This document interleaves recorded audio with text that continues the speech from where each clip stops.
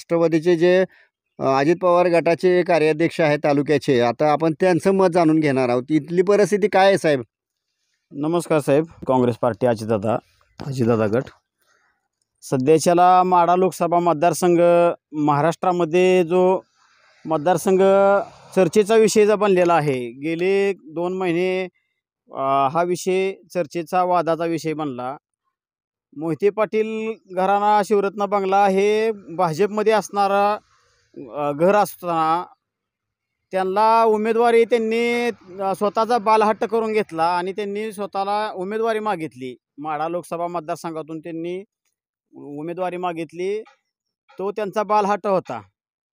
आणि धैर्यशील राजसिंह मोहिते पाटील हे भाजपचे जिल्हा सरचिटणीस पदावर काम करत होते. त्यांनी उमेदवारी मागितली होती आणि भाजपने त्यांना काय उमेदवारी दिली नाही.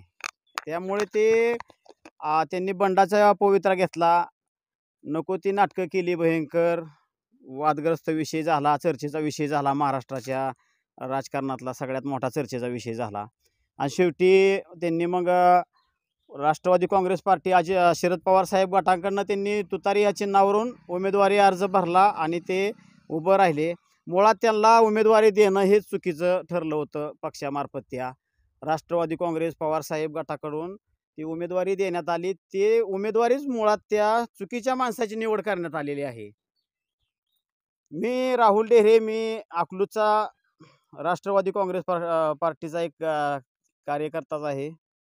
गेली 19 वर्ष आम्ही अकलूजमध्ये सामाजिक आणि राजकीय क्षेत्रामध्ये काम करत असताना मी धैर्यशील मोहिते पाटील हे अकलूजमधील जनतेला एक गुंडगिरी प्रवृत्तीच्या माणसाला त्यांनी राष्ट्रवादीनं उमेदवारी दिली. ही तर सगळ्यात मोठी चुकी झाली. आणि धैर्यशील मोहिते पाटलांचा पराभव हा 100% ना 1000% होणार आहे.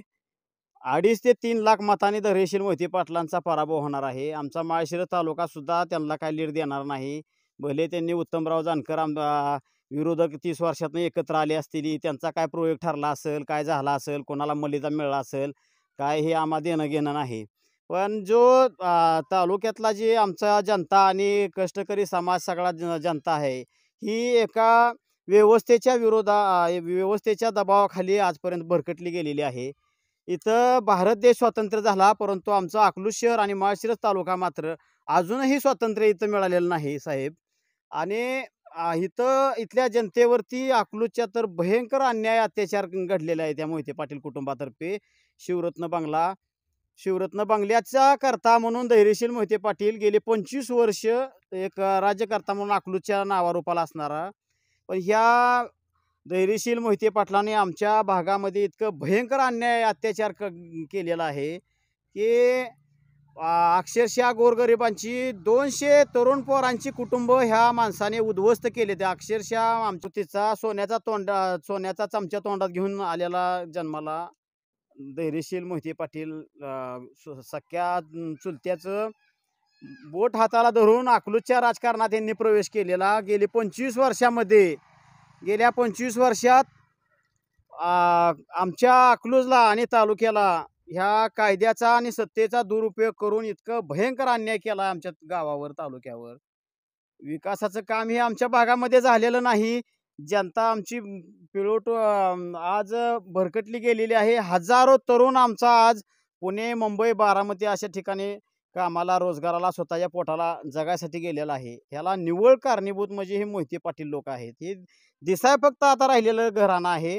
हे ॲक्च्युली छापड्याच्या इमारतीसारखी यांची अवस्था झालेली आहे. कधी छापड्याची इमारत ढासळल एखाद्या निवडणुकीमध्ये आणि ही घर कधी जमीनदोस्त होईल हे सांगता सुद्धा येणार नाही साहेब. पण एकदा निवडून आले होते पवार साहेबांनी, ॲक्च्युली खासदार म्हणून इथं निवडून आले. पवार साहेबांनी काही केलेलं नाही. विजयदादांनी खासदार निवडून आले, त्यांनी सुद्धा ते बस स्टॉप केले, फक्त स्वतःचं नाव वर टाकलं. विजयसिंह मोहिते पाटील यांच्या खासदार फंडातून उभा करण्यात आलं. स्वतःच्या नावापुरतं फक्त मोहिते पाटलांनी आजपर्यंत राजकारण केलेलं आहे. जनतेच्या कामाचं, जनतेच्या विकासाचं काही केलेलं नाही. पवार साहेबांच्याकडून सुद्धा ठोस असे निर्णय काही मार्गी लागले नव्हते 5 वर्षामध्ये. पवार साहेबांना 3 लाखाचं लीड आमच्या मतदारसंघानं दिलं होतं. पण पुढच्या टर्मला 2014ला सदभाऊ खोत यांनी सगळं लीड तोडून टाकलं होतं. 25,000 मतांनी फक्त विजयसिंह मोहिते पाटलांचा पराभव झाला होता. पवार साहेबांचं लीड सगळं सदभाऊ खोत यांच्या एकाच निवडणुकीत ते निघून गेलं लीड सगळं. आणि पवार साहेबांनी सुद्धा आमच्या मतदारसंघासाठी ठोस मोठं निर्णय काय केलेला नाही. पाणी मार्गाला लावलेलं नाही का रेल्वेचा प्रश्न मिटलेला नाही. आता हे बघा, साहेब, निवडणूक म्हणलं की पहिल्यांदा आपोआप पसरवल्या जातात. ही सर्व पणाला लागलेलं आहे निवडणुकीचं. आज दादांनी सुद्धा